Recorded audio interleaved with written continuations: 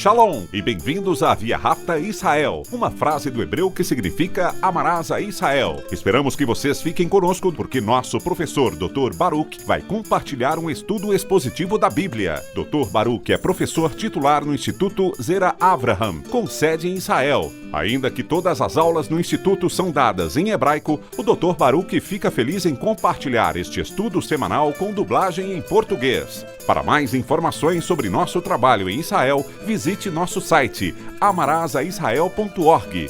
Fiquem agora com o Dr. Baruch e a aula de hoje.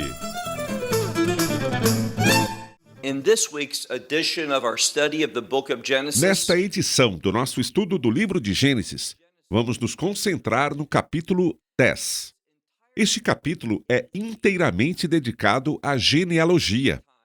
Muitas vezes, quando as pessoas se deparam com a genealogia, especialmente no Antigo Testamento, o que fazem?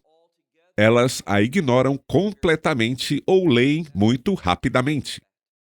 Há um perigo ao fazer assim, porque geralmente as genealogias contêm dentro de si frases que não apenas dizem quem gerou quem, ou seja, quem foi o pai de um e quem foi o pai de outro, e assim por diante. Mas dentro delas há frases que nos dão informações vitais. Este certamente será o caso hoje. Portanto, vamos prosseguir e examinar a genealogia de Gênesis 10. Ao final do nosso estudo, porém, haverá uma lição adicional, pois encontraremos aquilo que muitas pessoas consideram um erro, uma discrepância entre o que lemos no Antigo Testamento e o que lemos no Novo Testamento.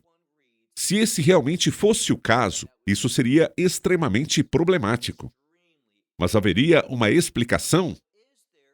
Seria possível compreender por que essa aparente discrepância, na verdade, não é discrepância alguma? A última parte desta mensagem é muito importante, pois veremos algo que frequentemente confunde as pessoas em relação à genealogia do Messias. O que está escrito no livro de Lucas, capítulo 3. Dito isso, pegue sua Bíblia e leia comigo o capítulo 10 do livro de Gênesis. Vamos começar no versículo 1, onde lemos: Estas são as gerações, ou a genealogia, ou a linhagem. A palavra hebraica é todot, que vem da raiz hebraica que significa dar à luz. É por isso que podemos traduzi-la de várias maneiras. Estamos lidando com a genealogia. Estamos aprendendo sobre a linhagem. De quem? O versículo 1 diz: Estas são as gerações, ou a descendência dos filhos de Noé. Sabemos que são os 3 filhos de Noé que se chamam Sem, Cam e Jafé.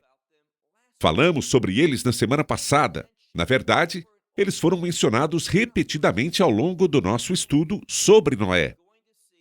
Veremos que eles desempenham um papel muito importante na compreensão da nossa origem. Eu já havia dito que todo ser humano descende de um desses 3 irmãos. E isso certamente será enfatizado e revelado à medida que prosseguirmos. Então, observe novamente o versículo 1. Estas são as gerações, ou a linhagem, dos filhos de Noé, Sem, Cam e Jafé. Em seguida, lemos: Eles tiveram filhos, ou seja, literalmente está escrito, os filhos deles nasceram depois do dilúvio. Isso não deveria nos surpreender, porque aprendemos que, dos seres humanos que entraram na arca, apenas Noé teve 3 filhos, os que acabamos de mencionar, e cada um deles era casado. Não havia mais ninguém. Você pode até perguntar, mas como podemos ter certeza? Porque quando analisamos no Novo Testamento em 1 Pedro, ele fala sobre 8 indivíduos. Portanto, isso é um fato, não apenas uma suposição que o Novo Testamento confirma. Passemos agora para o versículo 2. Os filhos de Jafé. O interessante aqui é que você pensaria que iríamos do mais velho para o mais novo. Mas nessa genealogia acontece exatamente o oposto. Começa com o filho mais novo de Noé, Jafé. Mais uma vez, versículo 2. Os filhos de Jafé. E encontramos vários nomes, e muitos deles nos versículos seguintes. Também correspondem a regiões geográficas. Então, o que aprendemos aqui? Aprendemos que esses indivíduos nomeavam a área onde viviam em homenagem a si mesmos. Alguns deles ainda são conhecidos por esses nomes hoje. Outros tiveram seus nomes alterados ao serem conquistados e renomeados por seus conquistadores. Ainda assim, todos se referem a regiões conhecidas. Então, observe novamente o versículo 2. Os filhos de Jafé, Gomer, Magog, Madai, Javã. Javã é, no hebraico moderno, a Grécia, mas também pode se referir simplesmente a uma região europeia. Notamos que Magog é mencionado no livro de Ezequiel em relação à última importante guerra, a Batalha de Gog e Magog. E é aqui que vemos esse nome aparecer. O nome Madai se refere aos antigos medos. Falamos dos persas e dos medos, e essa é a palavra hebraica para medos. Continuando, Tubal, Meseque e Tiras. Também vemos que Tubal e Meseque são mencionados como as nações dos últimos dias no livro de Ezequiel. Agora, se essas nações serão chamadas assim nos últimos dias, esse não é o ponto principal.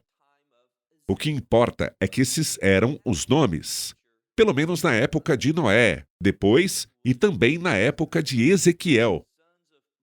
Como elas são chamadas hoje ou no futuro tem pouca importância. Veja agora, por favor, o versículo 3. E os filhos de Gomer, Askenaz, Rifate e Togarma. Togarma também é mencionado em Ezequiel como um lugar conhecido hoje, mas não temos certeza de onde fica. Os filhos de Javã, Elisá e Tarsis.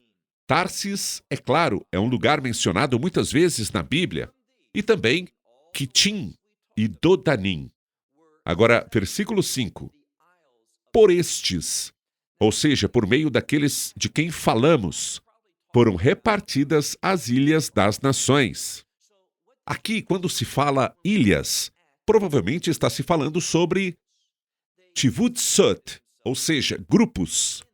Então, o que a Escritura está dizendo é que, quando olhamos para esses indivíduos, eles se separaram e, no final, se tornaram nações, grupos de nações que estavam em sua terra, cada qual segundo a sua língua, segundo as suas famílias, entre as nações. Sobre o que estamos falando aqui? Cada homem partiu com sua família e se estabeleceu entre as nações.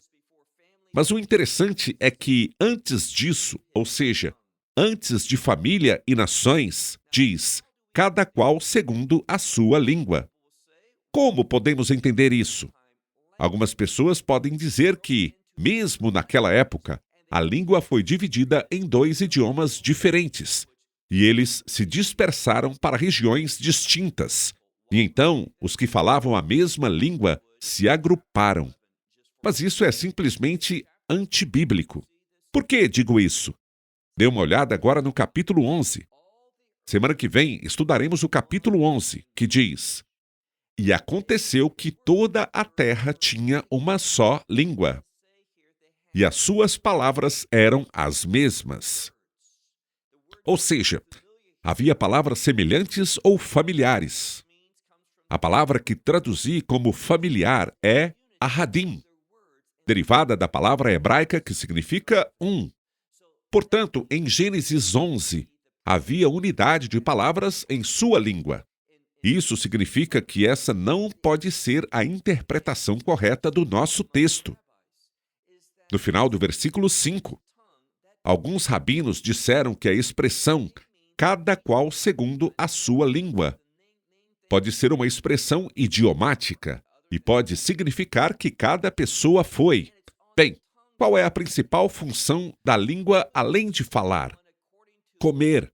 É com a língua que percebemos o sabor. Então ela poderia significar cada um segundo o seu gosto. A palavra hebraica seria tom, no hebraico antigo e no moderno, mas poderia ser uma expressão coloquial.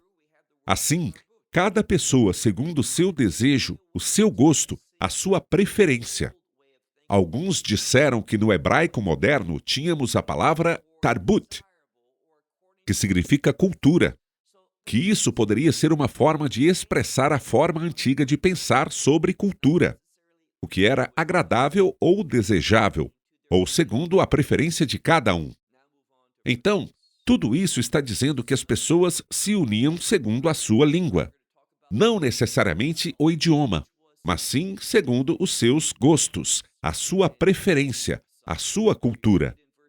Agora vamos para o versículo 6. E os filhos. Já falamos sobre Jafé. Agora vamos falar sobre o filho do meio, que era visto como um filho rebelde, um filho mau. Lemos do versículo 6. E os filhos de Cã eram Cush. Cush hoje é a Etiópia moderna. Mitzrayim é o nome até hoje para Egito. Fut, que é a Líbia, e Canaã, a terra de Canaã. Então, esses nomes são mencionados, e isso simplesmente corrobora o que vimos na semana passada, que Cã era o pai de Canaã. Agora passamos para o versículo 7. E os filhos de Cush são Sebá, Avilá, Sabtá, Raamá e Sabtecá. E os filhos de Raamá, Sabá e Dedã são mais pessoas. E aqui, mais uma vez, um dos nomes que encontramos foi Sabá. Sabá é o mesmo mencionado na rainha de Sabá. Trata-se do mesmo nome. Portanto, isso está relacionado ao Egito, à Líbia e à Etiópia. Nesses versículos estamos tratando da região norte da África. Agora, vamos para o versículo 8. E Cush gerou a Nimrod. Nimrod será enfatizado aqui. E lembre-se do que eu disse. Muitas vezes, quando lemos genealogias, há frases colocadas ali, e se não prestarmos bastante atenção, podemos não perceber pequenos detalhes. Com relação a Nimrod, há uma mudança. Veja novamente o versículo 8. E Cush gerou, ou seja, ele foi pai. Como diríamos, ele gerou a Nimrod, e ele começou a se tornar poderoso. No hebraico moderno, Gibor significa herói, e essa palavra deriva da mesma raiz hebraica que aparece no nome do anjo Gabriel. Ela significa forte ou poderoso, e o que pode estar sendo sugerido é que Nimrod foi o primeiro, e por causa de seu poder, eles o utilizaram dessa maneira, não simplesmente indo e se estabelecendo e formando essas pequenas nações formadas de clãs e famílias. Mas pode ter havido uma mudança aqui. Por que digo isso? Veja novamente, ele começou a ser poderoso na terra, diferente de todos os outros, pois ele era um Gibor Said, que significa um poderoso caçador. É isso que significa. A palavra caçar pode significar perseguir, tomar, governar, conquistar. Ele era poderoso caçador diante do Senhor. E por isso se diz, valente como Nimrod. Ele era um poderoso caçador diante do Senhor. Esta é a segunda vez que isso nos é dito. Então, o que devemos concluir? O que isso está tentando comunicar? Veremos que as Escrituras nos trarão a resposta no versículo 10, onde lemos: o princípio do seu reino. Então, ele era poderoso. Ele saía para caçar, mas não caçava animais. Não, ele perseguia outros grupos de pessoas, não para matá-los, mas para governá-los. pois vemos uma palavra muito importante aqui. Manlahá. Manlahá significa reino. Então ele simplesmente transformou grupos de pessoas vivendo juntas em uma espécie de nação ou reino. E o princípio do seu reino foi Babel, Erech, Akkad e Calné, na terra de Sinar. Sinar é aquela região da atual Babilônia ou Iraque. Tudo isso nos mostra que, a partir desses filhos, eles saíram para diferentes lugares e nações, e grupos eventualmente se formaram. Veja agora o versículo 11. E desta mesma terra saiu a Assíria, e edificou a Nínive e Reoboth-ir. Pode ser que a sua Bíblia traga a cidade de Reoboth, o que pode ser uma boa tradução. Alguns dizem que a palavra ir pode significar simplesmente cidade, mas pode ser apenas um nome aqui. A segunda parte do nome Reoboth-ir, ou a Ir de Reoboth, a cidade de Reoboth. E o que vem depois? E também Calá, versículo 12, e Resen, um outro lugar, que tem o nome de uma pessoa. Ele diz que Resen estava entre Nínive e Calá. Aqui temos uma lista geográfica, na qual um nome aparece situado entre dois outros. Começamos a perceber neste ponto o surgimento e o desenvolvimento de cidades e nações. E continua. Esta é a cidade, a grande cidade. Versículo 13. E Misraim, isto é, o Egito. Misraim gerou a Ludim, a Anamim, a Leabim e Naphtuim. Aqui vemos uma mudança. Até este momento, vimos nomes que, no geral, estão no singular. Agora, de forma recorrente, há uma mudança. E esses nomes passam a aparecer no plural hebraico. Então, agora talvez estejamos falando de grupos de pessoas que vieram deste patriarca. Deste que nasceu. É isso que ele está tentando nos dizer agora. As coisas estão se desenvolvendo mais. Prosseguindo, versículo 14. E a Patrussim e a Casluim, donde saíram os filisteus, e a Caftorim. Aqui, mais uma vez, pode ser que estejamos falando de grupos ao longo do tempo. Estamos falando de diferentes clãs que surgiram dentro dessas regiões e que, evidentemente, procedem do patriarca ao qual o texto se refere. Veja agora o versículo 15. E Canaã. Lembre-se que no capítulo 9, na segunda parte do capítulo 9, Canaã se destacou, o filho de Cam. E sabemos que ele não agradará a Deus. Observe novamente o versículo 15. Canaã gerou a Sidom. Sidom era um nome próprio, mas também pode ser Tyre, em hebraico moderno, seu filho mais velho. E também a Het, como também ao Jebuseu, ao Amorreu, ao Girgaseu. Todos esses termos estão intimamente ligados a Canaã, não apenas como indivíduos, mas também aos cananeus, sobre os quais lemos. Continue lendo. Ao Eveu, ao Arqueu e ao Sineu. O termo Sineu pode vir da palavra Sinai, que representa aquela região. Ou ainda a palavra Sin, no hebraico moderno, se refere à China. Portanto, todas essas palavras são significativas, referindo-se a diferentes localizações geográficas. Versículo 18. E ao Arvadeu, ao Zemareu e ao Ramateu. E depois, ou seja, depois de tudo isso, eles se espalharam, dispersaram as famílias dos cananeus. É o que diz aqui. Versículo 19. E foi o termo dos cananeus desde Sidom, que fica no Líbano, indo para Gerar, que fica ao sul, até Gaza, indo para Sodoma, que fica em direção a Sodoma. indo para Sodoma e Gomorra. Esses dois lugares que foram destruídos pelo fogo. Depois lemos Admá e Zeboim, até Lazá. Todos esses lugares estão na mesma região de Sodoma e Gomorra, naquela área ao longo do leste. Então Deus está sendo muito específico. Ele começa com Sidom, vai mais ao sul para Gerar e depois, finalmente, para Gaza.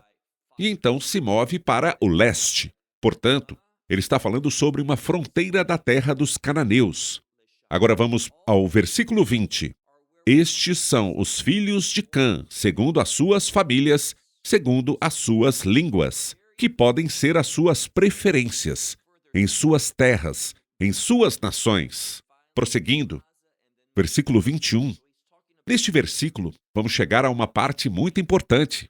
Eu já mencionei que a segunda metade, a parte final do nosso estudo de hoje, foi quase uma mensagem à parte, porque queremos ser capazes de defender nossa fé de forma correta e precisa. O que precisamos compreender, se seremos realmente perspicazes nas Escrituras, é como elas surgiram. Existiram manuscritos escritos, originais, chamados de autógrafos. Manuscritos originais ou autógrafos. Eles foram perfeitamente inspirados pelo Espírito Santo.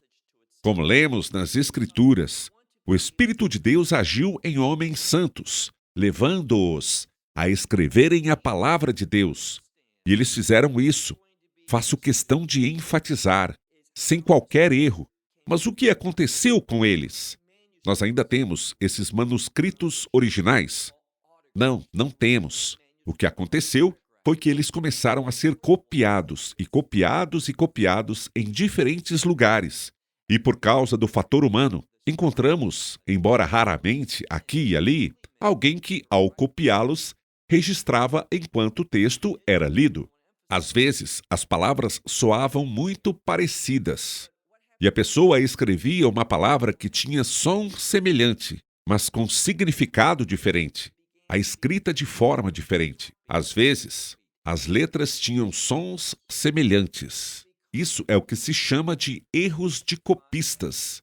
E na maioria das vezes, nós os reconhecemos e podemos identificá-los ao compará-los com diferentes manuscritos ou traduções manuscritas oriundas de uma região geográfica específica.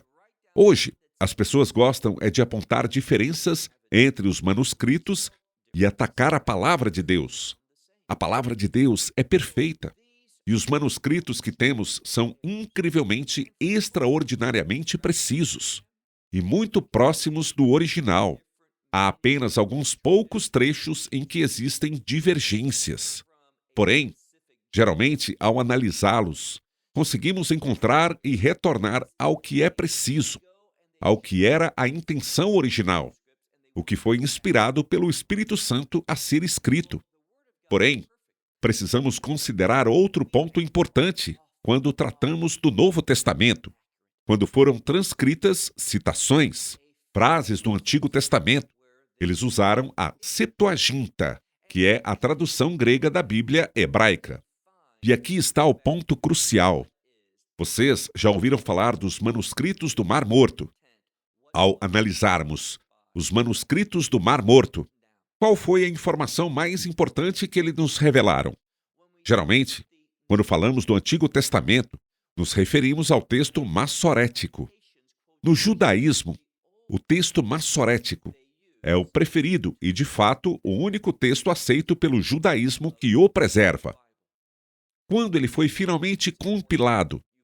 A resposta é cerca de 1.300 anos atrás, por volta de 700 depois de Cristo. Mas quando encontramos os manuscritos do Mar Morto, percebemos que se tratava de manuscritos de aproximadamente 700 anos antes.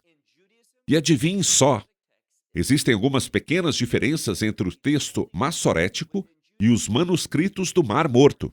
Quando comparamos essas duas traduções, a tradução massorética e os manuscritos do Mar Morto, existem diferenças. Analisamos a Septuaginta, a tradução grega, e descobrimos que esta tradução é muito mais fiel. Estamos falando apenas de alguns pontos, Mas nesses trechos onde há diferenças, parece que a Septuaginta concorda com os manuscritos do Mar Morto, e não com o texto massorético. Então, o que acontece é o seguinte: um dos argumentos favoritos daqueles que querem atacar a autoridade do Novo Testamento é o livro de Atos, capítulo 7. Eles fazem isso porque Stefanos, ou Estevão, está relatando a história do povo judeu. E ele a recita perfeitamente com base na Septuaginta, que, por sua vez, se baseia no que encontramos nos manuscritos do Mar Morto em hebraico.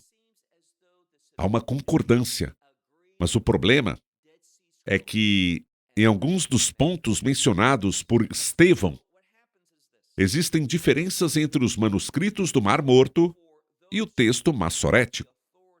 Portanto, não significa que Atos contenha um erro, que Estevão estivesse confuso ou que ele tenha se enganado, e por isso o texto do Novo Testamento não seja confiável. Não. O que temos aqui é simplesmente a presença de duas traduções manuscritas. E agora, à luz dos manuscritos do Mar Morto, damos maior preferência nesses trechos à Septuaginta como representação mais fiel dos autógrafos do que ao texto massorético. E por que estou dizendo tudo isso? Porque teremos um problema. E qual é esse problema?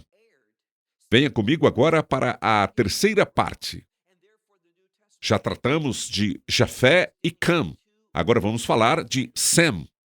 Sem é o primogênito de Noé. Lembre-se dessa ordem inversa, do mais novo para o mais velho. E vamos ao versículo 21. Até agora, pode não ser muito emocionante para você. Você pode não ter aprendido nenhum princípio de vida.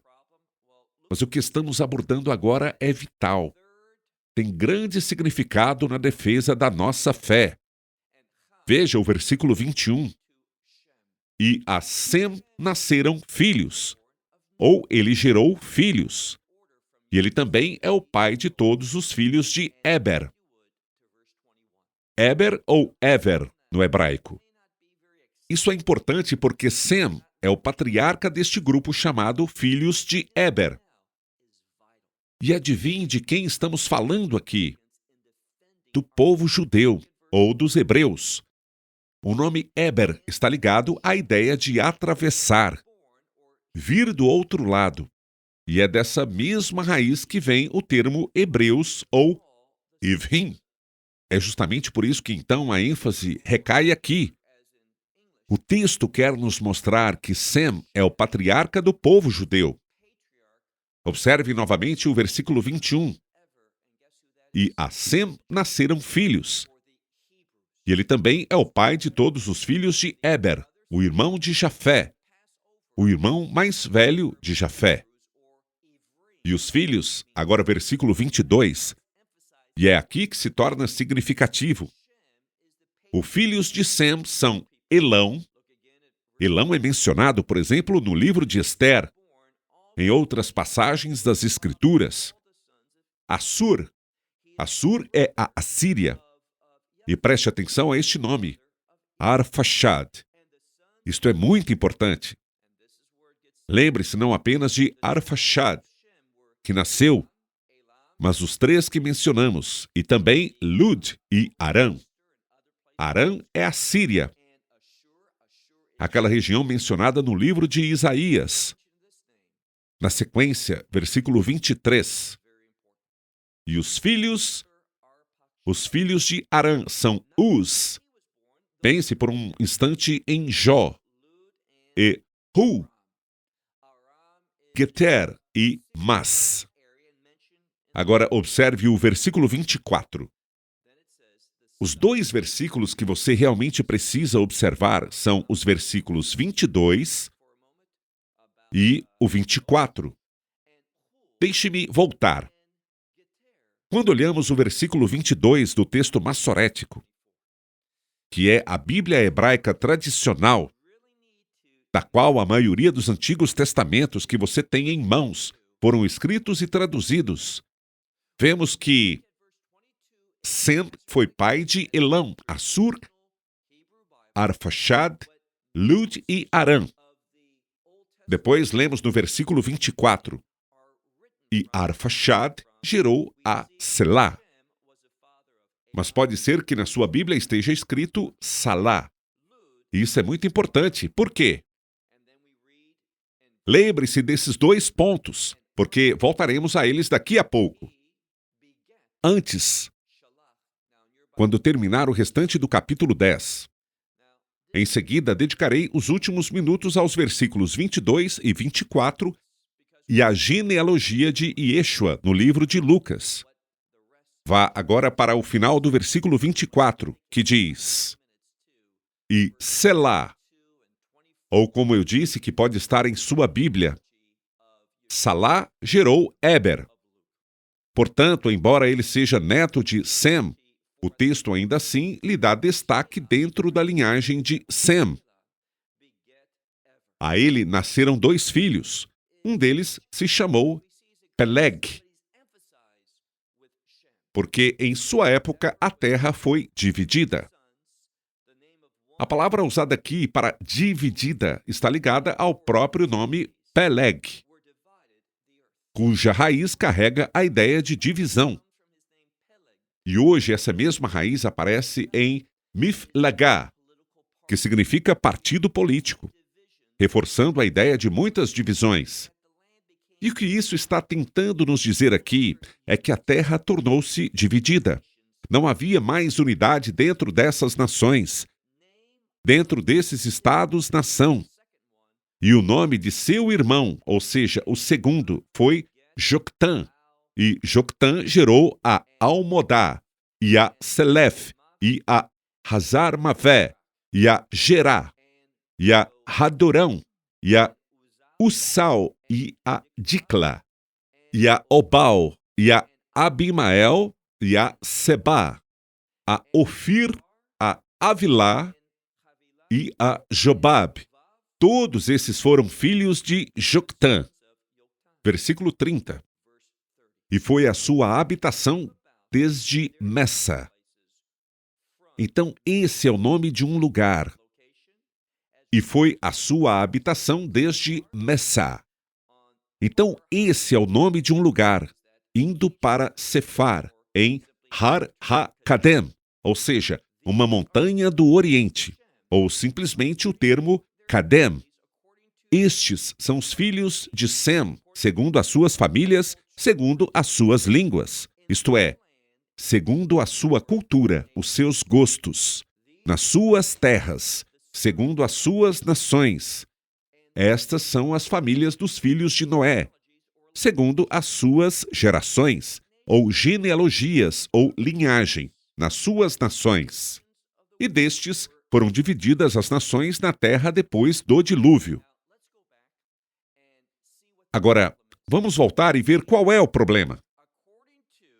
Aprendemos aqui, de acordo com o texto massorético, e o livro de Gênesis, capítulo 10, versículo 22, nós aprendemos isso.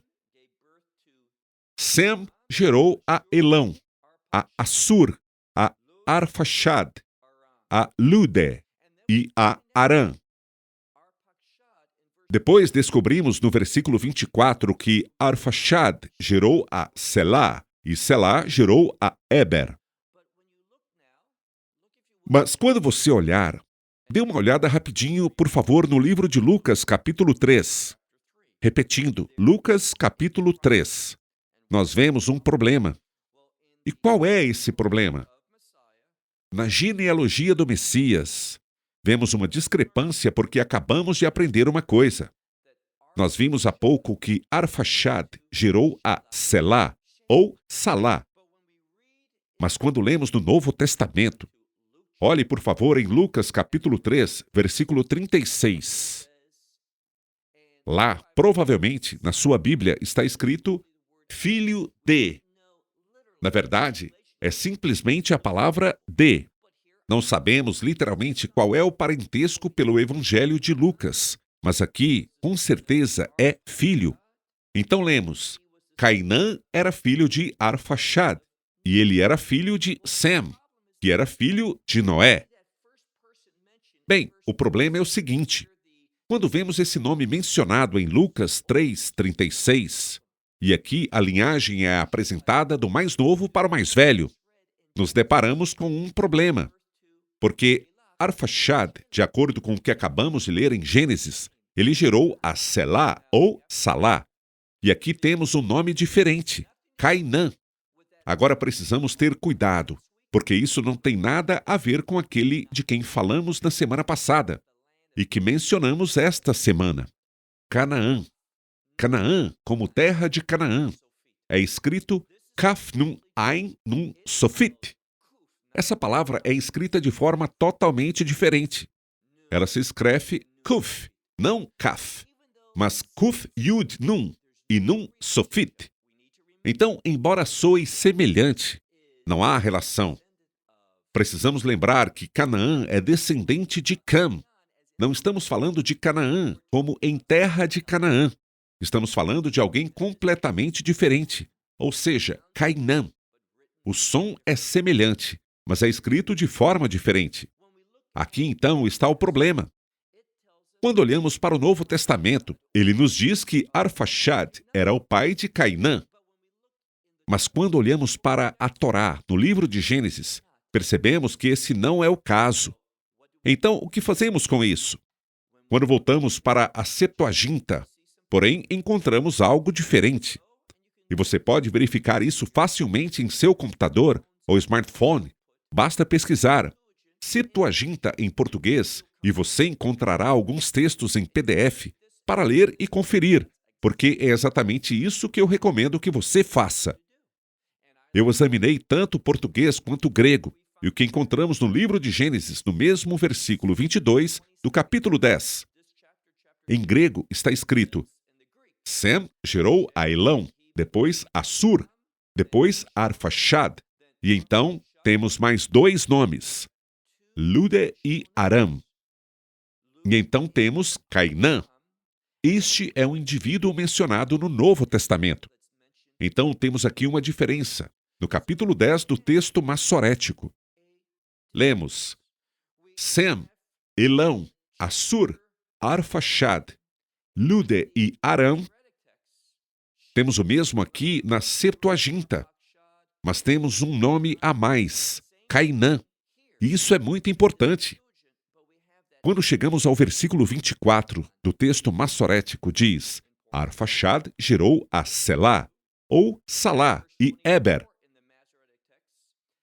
E quando olhamos para a Septuaginta, vemos a mesma sequência, mas com um nome a mais. Depois de Arfaxad, aparece Cainã. Depois, Salá e Eber. A diferença está justamente aqui. Na Septuaginta, e ao que tudo indica, também nos manuscritos do Mar Morto, há uma geração adicional registrada nessa genealogia. Trata-se de um nome que aparentemente não foi preservado no texto massorético, embora esteja atestado em traduções textuais mais antigas, como a Septuaginta e os manuscritos do Mar Morto. Portanto, na genealogia de Lucas não há erro. Lucas simplesmente segue uma tradução textual mais antiga e mais precisa, refletida tanto na Septuaginta quanto nos manuscritos do Mar Morto. Agora, vá para outra passagem. Se você olhar, por exemplo, no capítulo 11, vamos lá, em Gênesis capítulo 11, percebemos algo. Vamos olhar para o texto massorético, o que você tem em mãos que foi traduzido para o português. Arfaxad viveu 35 anos e gerou a Selá, ou Salá. No texto massorético, diz exatamente o que você esperaria que dissesse, porque reforça o que está escrito anteriormente, que Arfaxad é o pai de Selá. Mas quando vamos tanto para os manuscritos do Mar Morto, quanto para a Septuaginta, para os mesmos versículos das Escrituras, vemos algo diferente. Não foram 35 anos, mas sim 135 anos. Em seguida, diz que Arfaxad gerou a Cainã e depois a Selá. Portanto, o que descobrimos é que o Novo Testamento simplesmente segue a tradição da Septuaginta. E ela se baseia em um manuscrito mais antigo e melhor, corroborado pelos manuscritos do Mar Morto.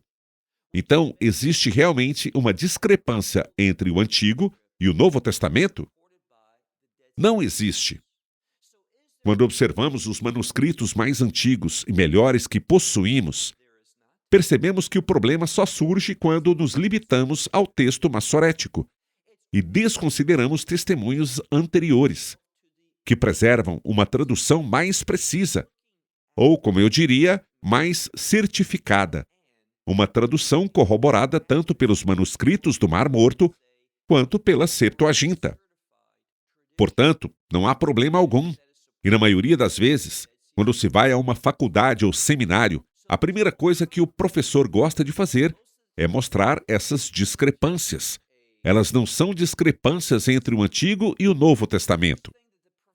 Veja, o que poderíamos dizer é o seguinte: se simplesmente descartássemos o Novo Testamento, ainda teríamos as mesmas discrepâncias, porque elas são encontradas em vários manuscritos hebraicos.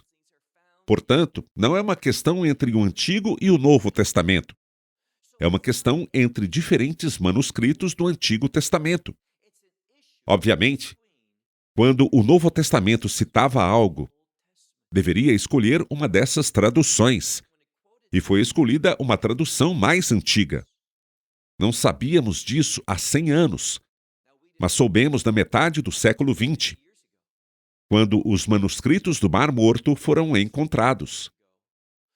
Naquele momento, soubemos que a tradução da Septuaginta é superior ao texto massorético, porque se baseia em uma escrita hebraica mais antiga e mais confiável. Portanto, não podemos ter certeza de que o Novo Testamento seja de fato inspirado por Deus, inerrante, ou seja, sem erros.